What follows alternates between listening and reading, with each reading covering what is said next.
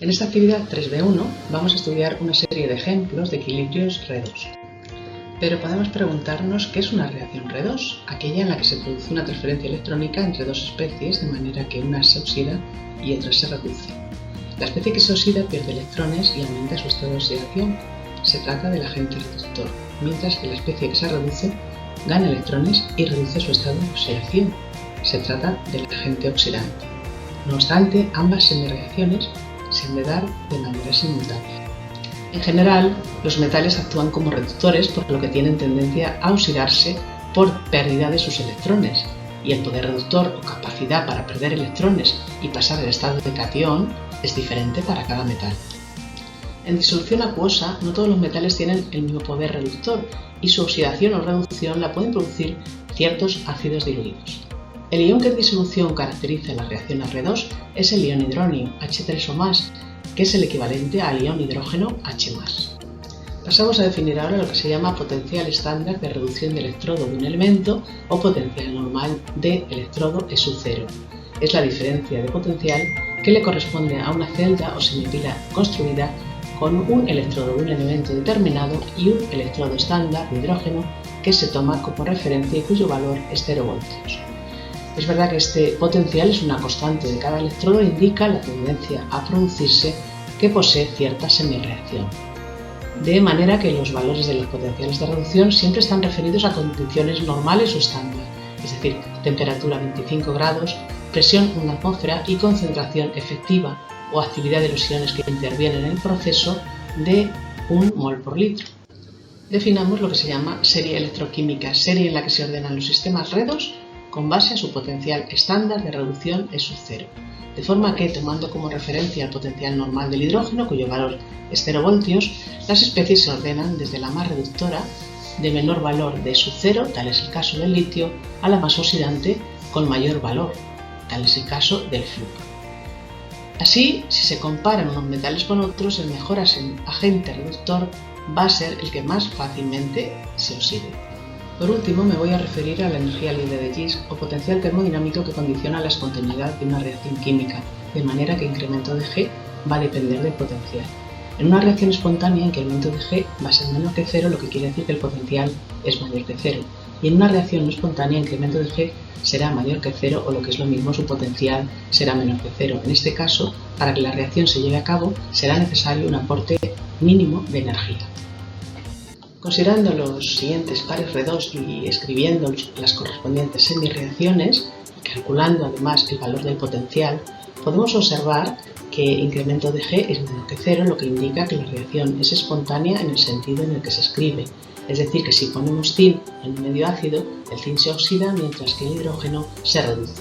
Por consiguiente, podemos decir que todos los metales con potencial estándar de reducción E sub 0 más negativo son más reductores y al producirse su oxidación van a provocar la reducción de la otra especie.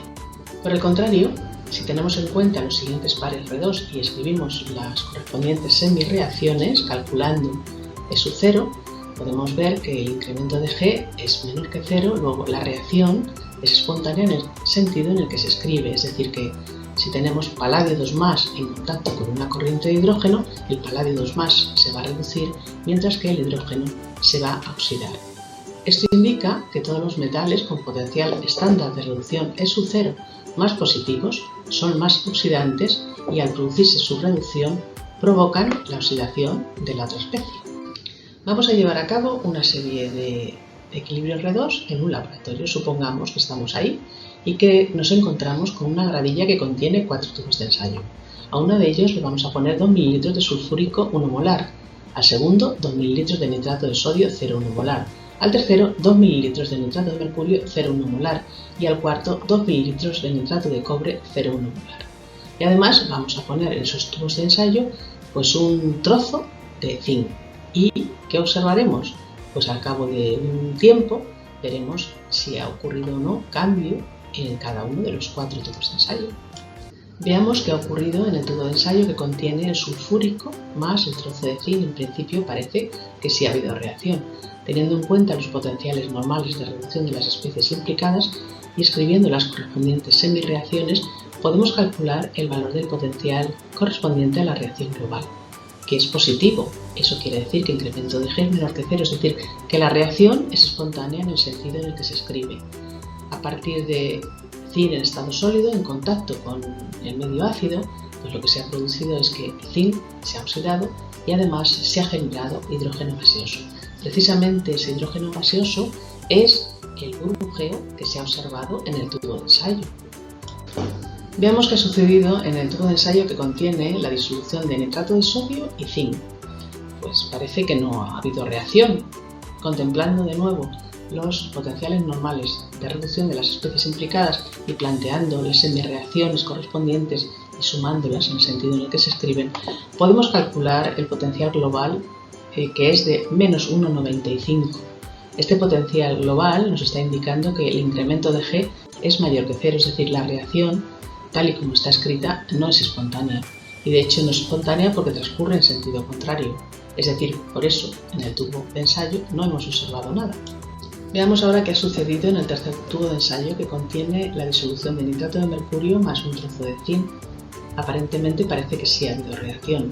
Volviendo a considerar de nuevo los potenciales normales de reducción de las especies implicadas y planteando las correspondientes semireacciones, calculamos que el valor del potencial correspondiente a la reacción global es de 1,61, un valor positivo que indica que el incremento de G es menor que 0, lo que es lo mismo que la reacción es espontánea en el sentido en el que se escribe, es decir, que el zinc en contacto con la disolución de nitrato de mercurio pues se ha oxidado y además se ha generado un mercurio líquido que es precisamente el que rodea al zinc, haciendo que el zinc se torne de un color mucho más brillante, que es precisamente lo que estamos observando. Veamos por último lo que ha sucedido en el cuarto tubo de ensayo que contiene la disolución de nitrato de cobre más un trozo de zinc.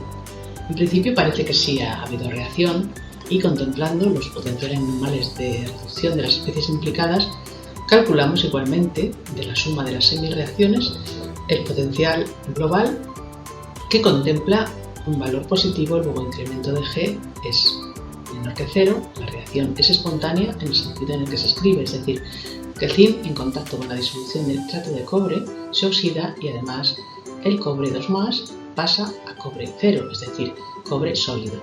Precisamente ese cobre sólido es el que rodea al zinc presente en ese tubo de ensayo, haciendo que se ennegrezca. Este resultado justifica que el zinc tiene mayor poder reductor que el cobre o que el zinc tiene mayor tendencia a oxidarse que el cobre. Al cabo de 20 minutos vamos a extraer los trozos de zinc que están sumergidos en los tubos de ensayo y los vamos a depositar sobre un papel de filtro. Puede observarse cómo aquel trozo de zinc que estuvo contenido en la disolución de nitrato de cobre está ennegrecido, el que estaba sumergido en la disolución de nitrato de mercurio está mucho más brillante y el que estuvo dentro de la disolución de sulfúrico, pues tras el burbujeo aparentemente parece que no ha experimentado ningún cambio.